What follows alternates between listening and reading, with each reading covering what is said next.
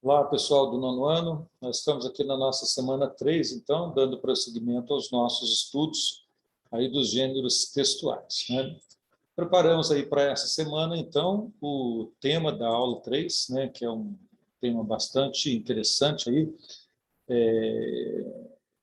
não pegando muito especificamente os gêneros textuais, os tipos de texto, como nós temos feito nas últimas aulas, né? E a aula de hoje ela vem assim uma aula mais técnica para a gente ver um pouco das figuras de linguagem, que é um tema assim muito interessante para vocês se aprofundarem um pouco mais, até para melhorar a questão da interpretação de texto, né? Sobretudo nos textos literários, nos textos que vocês vão se aprofundando cada vez mais a partir de agora nos próximos passos dos seus estudos, tá? A figura de linguagem é uma forma de expressão que consiste no emprego de palavras em sentido figurado, isto é, um sentido diferente daquele em que convencionalmente são empregadas, né? Nos últimos dois textos, gêneros textuais que nós vimos, né, nós temos o sentido conotativo, denotativo, aliás, nós temos o sentido denotativo e o sentido conotativo. O denotativo são normalmente empregados nos textos que aparecem nos livros didáticos, para o estudo de ciências, de história, de geografia, nos jornais, nos livros e assim por diante, tá? E a linguagem figurada, o texto conotativo, aparece mais nos poemas, nas letras de música, né, nas mensagens, em mensagens em tom mais emotivo, tá? Essa é a função. Então, a gente precisa entender um pouco dessas figuras de linguagem que estão sendo apresentadas aí para vocês, até para vocês entenderem quando a pessoa coloca uma palavra, quando faz uma comparação, quando faz uma metáfora, quando usa uma antítese, uma aliteração, uma assonância e assim por diante, tá? A primeira figura de linguagem que aparece aí, para a gente pensar um pouquinho, né, é a comparação.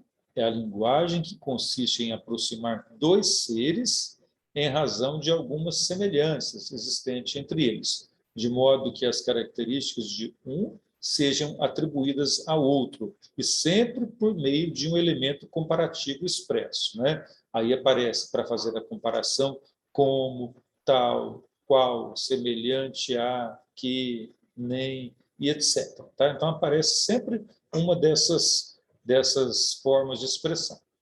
A metáfora consiste no emprego de uma palavra com sentido que não lhe é comum ou próprio, sendo esse novo sentido resultante de uma relação de semelhança, de interseção entre os dois termos, né? Então, por exemplo, fala assim, nossa, esse, esse essa pessoa é como um cavalo, para dizer, por exemplo, que o sujeito é um mal educado, né? É uma comparação. Você dizer assim, aquele sujeito é um cavalo. Você transferiu a ideia de um animal para um sujeito que parece ser um animal, né? Então, a grosso modo essa é a diferença entre comparação e metáfora, tá? A antítese é o emprego de palavras que se opõem ao sentido, né? Quando você faz oposição de sentido claro, escuro, feio, bonito, forte, fraco, essa é o que a gente chama de antítese, aparece muito nos poemas, nas letras de música, né? A aliteração é a repetição do mesmo fonema consonantal, né? O rato, roeu, a roupa, do rei, de honra, né? Repetindo aí o som de R durante o tempo todo, né? E a assonância é o contrário da aliteração, é a repetição dos fonemas vocálicos, ão, oi, aparece sempre esse mesmo som e o artista, o escritor, ele tem um propósito com essa repetição de som para produzir, por exemplo, um determinado som, tá?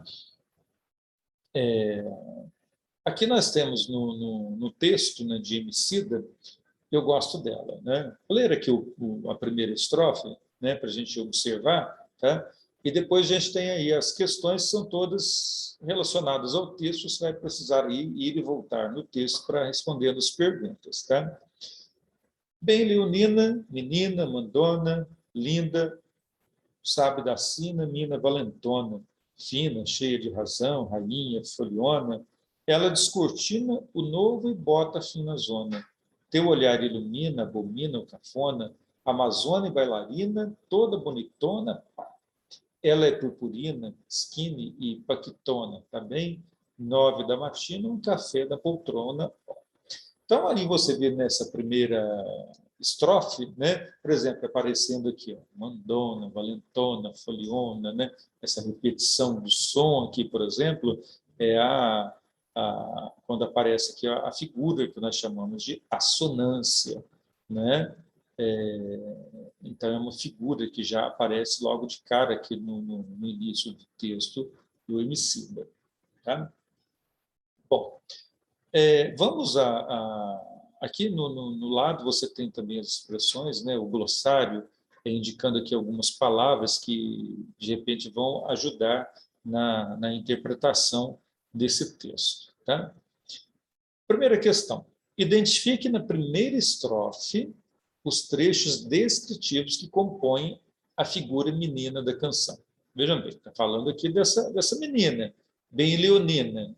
Quem é a leonina? Menina, ela é mandona, é linda, valentona, fina, cheia de razão. Tem várias questões aqui, várias palavras que vêm definindo, descrevendo essa menina no texto. Tá? Coloquei algumas questões, uns exemplos aí para vocês. Vocês podem ler com bastante atenção e buscar outros exemplos.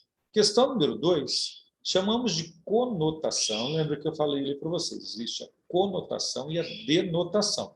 A denotação é quando a gente quer fazer ali referência a uma interpretação real.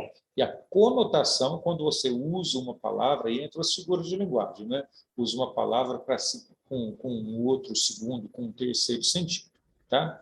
Então, chamamos de conotação a propriedade semântica da palavra que permite que elas assumam sentidos especiais em certos contextos, diferentes do significado que, em geral, são empregados. Tá?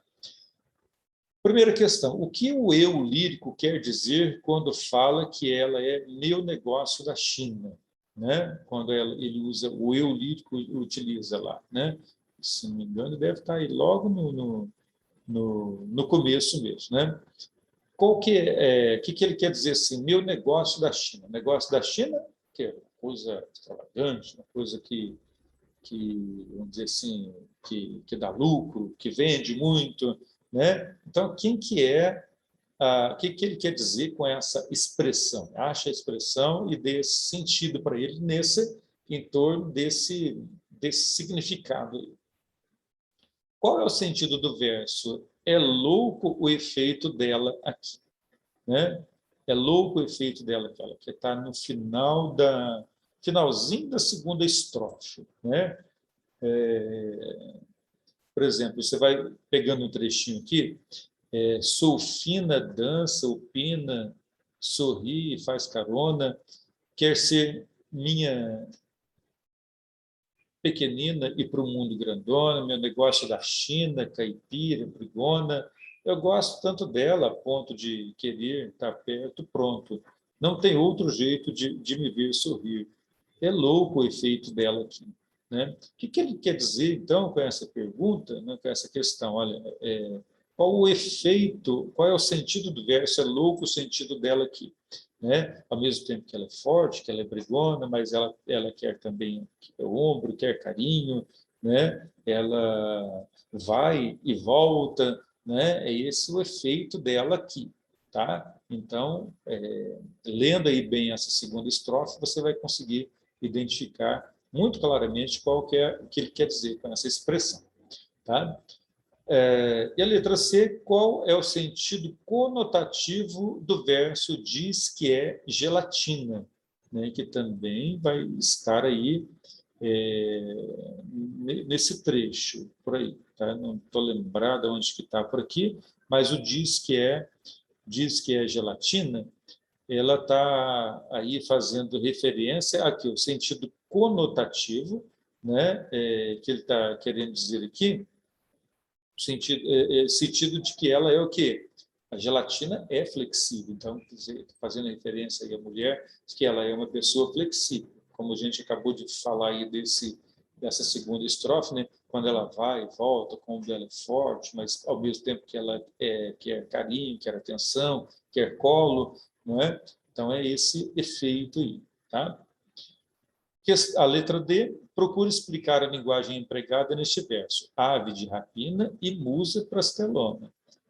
Atente nas rimas, recurso musical baseado na semelhança sonora das palavras do final dos versos e, às vezes, no interior dos versos. Então, para entender bem isso aqui, ave de rapina, por exemplo, uma águia forte, que voa, que caça, que é independente, né? E musa prastelona, né? Ao mesmo tempo em que ela é forte, que ela é rude como uma ave de rapina, ela também é musa prastelona. Para ser musa prastelona, você tem que ser linda, maravilhosa, bonita, charmosa, né? Essa a referência que o autor do texto tá fazendo aí com relação à mulher, tá? Então, por aí já dá para facilitar o seu trabalho para explicar essa configuração. Questão número 3. As figuras de linguagem são estratégias que o orador pode aplicar ao texto para conseguir um determinado efeito na interpretação do leitor. Letra A. Qual é o significado do verso? Ela é purpurina. Identifique a figura de linguagem presente, né? Ela é purpurina, né? Então, se você pegar aí, por exemplo, a definição de purpurina, é um pó empregado nas tipografias para impressão ou ouro ou prata, substância corante extraída da raiz da ruiva, né? Então, quando nós temos aí, por exemplo, vamos voltar aqui, ver se a gente consegue voltar no tema da aula. Acho que é esse aqui. Isso. Voltando aqui, qual é o significado do verso? Ela é purpurina, né? Que é aquele pó utilizado para fabricar ali a cor do ouro, da prata, né? Identifique qual figura de linguagem que é. Está afirmando que ela é purpurina. Não está falando que ela... Não está fazendo uma comparação, né? Então, quando se faz aqui uma afirmação mais dura nesse sentido, é a afirmação, é a figura que a gente chama de metáfora, tá? Nesse caso, o autor do texto utilizou uma metáfora para fazer aí um comentário sobre a mulher. No texto da canção, há 3 comparações. Tá? Lembra da estrutura, da definição de comparações que nós vimos lá no começo. Volta lá, veja a definição de comparação, precisa daqueles elementos lá, o como, o que, né? Você vai identificar essas 3 comparações que são feitas. Essa aí está fácil, também é só buscar lá no texto. Tá?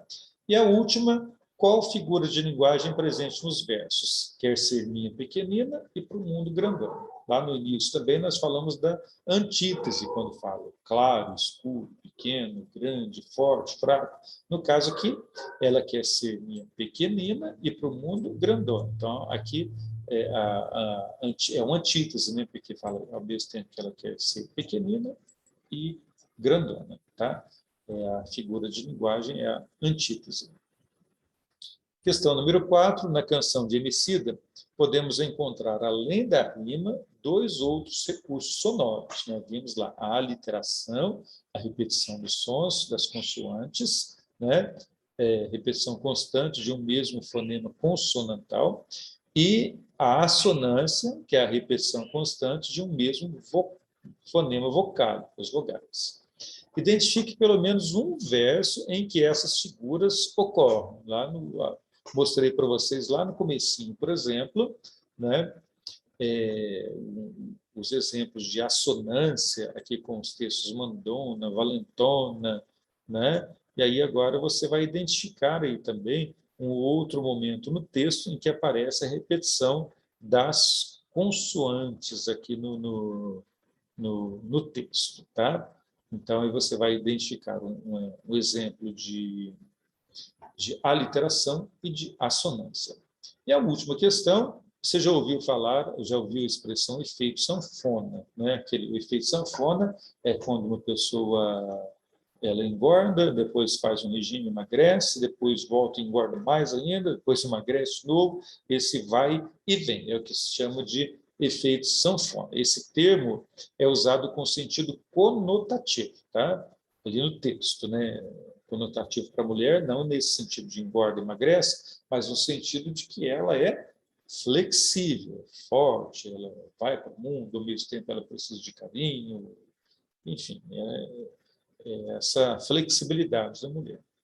Você vai marcar a alternativa incorreta a respeito do seu significado. Por exemplo, o efeito sanfona, também conhecido como efeito de ioiô, ocorre quando o indivíduo perde peso por meio de dieta e pouco depois recupera o peso perdido. Isso é efeito sanfona? É. Então, você vai marcar essa? Não. Você vai marcar uma das opções, A, B, C ou D, que esteja incorreta de acordo com a definição, sentido conotativo do efeito sanfona.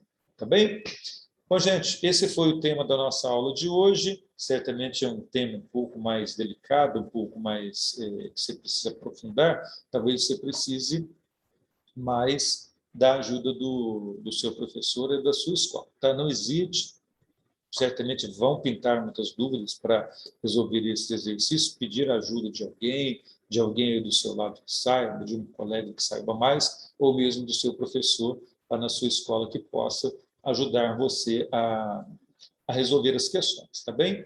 Na semana que vem, eu volto por aqui para falar com vocês um pouquinho mais sobre o novo tema proposto aí para a semana 4, tá bem? Um abraço para vocês e até a semana que vem.